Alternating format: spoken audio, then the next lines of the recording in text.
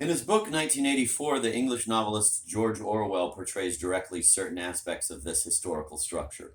Orwell clearly understands that the totalitarian structure is always double, but he does not show the connection between individual desire and the collective structure.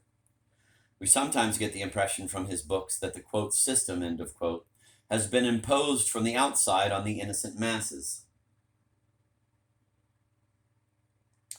De Rougemont in Love in the Western World goes still further. He is even closer to novelistic insight when he traces the source of collective wills to power and totalitarian structures to that individual pride which originally gave birth to the mystics of passion.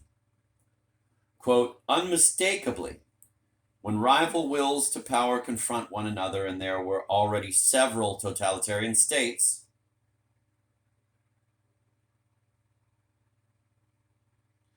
they are bound to clash passionately. Each becomes for some other an obstruction. The real, tacit, and inevitable aim of the totalitarian elevation was therefore war.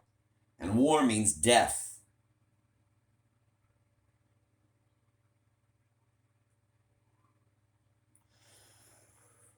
We are told that Proust has neglected the most important aspects of modern social life, that he does no more than describe a relic of former times, a survival destined to disappear, and which at best is only slightly picturesque. In a way, this is true. Proust's little world is rapidly receding from our life, but the great world in which we are beginning to live grows more like it every day. The setting is different, the scale is different, but the structure is the same. A quarter of a century of this ambiguous historical evolution has made a relatively obscure and difficult work crystal clear. Critics have noticed the growing clarity of this masterpiece, and they see in it the result of its own radiance. The novel itself is supposed to be training its own readers and shedding more and more light on the understanding of itself. This optimistic point of view is linked to the romantic idea of the artist as a creator of new values, another Prometheus, refining the celestial fire in order to give it to a grateful human race. This theory certainly cannot be applied to the novel. The novel does not contribute new values. With great effort, it reconquers the values of previous novels.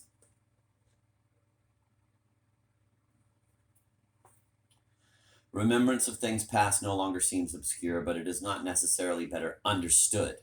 The spiritual influence of great novels is weak, as we know, and it is very seldom exerted in the direction anticipated by the author.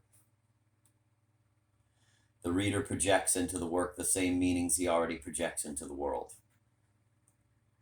With the passing of time, this projection becomes easier since the work is, quote, ahead, end of quote, of society, which gradually catches up with it. The secret of this advance is in no way mysterious. In the first place, it is the novelist who feels desire the most intensely. His desire leads him into the most abstract regions, into the most meaningless objects. Thus, his desire almost automatically leads him to the summit of the social edifice. As we have already remarked in connection with Flaubert, this is where the ontological sickness is most acute. The symptoms observed by the novelist will gradually spread to the lower layers of that society.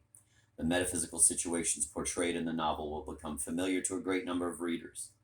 The oppositions in the novel will find their exact replicas in day-to-day existence.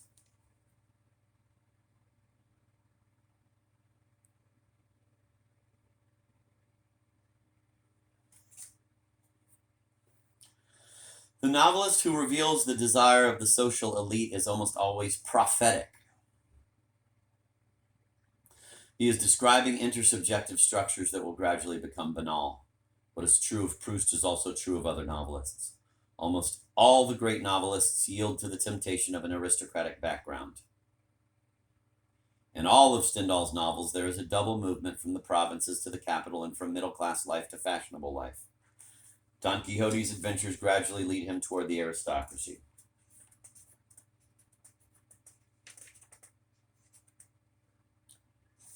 Stavrogin, the universal mediator of the possessed, is an aristocrat. The idiot, the possessed, the raw youth, and the brothers Karamazov are, quote, aristocratic, end of quote, novels. Dostoevsky often explains the role of the Russian aristocracy in his novels. Its degeneracy and moral corruption act as a magnifying glass on Russian life, excluding the life of the peasant. If allowance is made for the differences of language and ethical outlook, that is precisely the role played by the aristocracy in the novels of Cervantes, Stendhal, and Proust.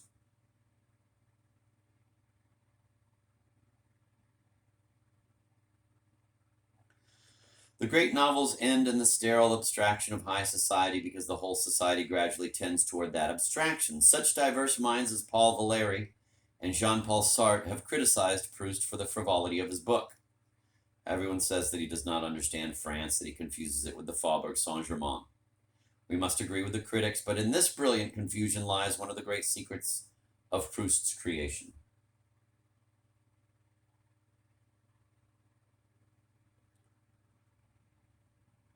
Those who portray the social elite are either very superficial or very profound, depending on whether they reflect metaphysical desire or whether, on the contrary, they succeed in revealing it.